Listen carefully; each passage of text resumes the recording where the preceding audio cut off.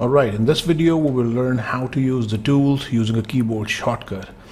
Unity has a number of tools, as you could probably see as toolbars on the top left of your screen on the older versions and on top left corner of your editor window in the newer version. So these tools are actually used for transforming your objects. They're namely hand tool, move tool, rotate tool, rect tool, scale tool, and a multi-tool. So let's see how exactly these tools could work using a keyboard shortcut, because they're going to save a lot of your time. So let's say I have an object in my scene right now. This fella right here is a soldier, you can see. If you want to move this guy, you can click on the move tool, select this fellow, and you can move him around. Forward, backward, right, left, up, down.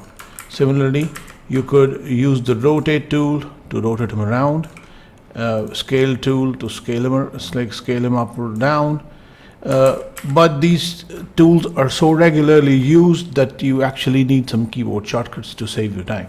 So on your keyboard, if you press W, you will get move tool. With E, you will get rotate tool. With R, you will get resize tool.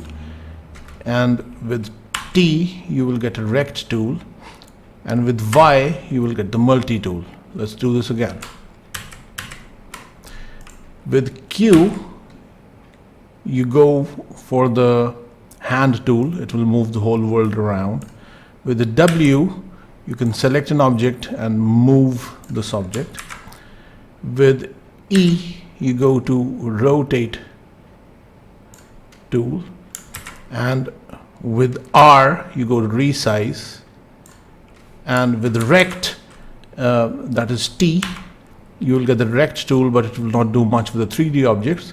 But if you have, let's say, a 2D object like a quad, you can see a quad here.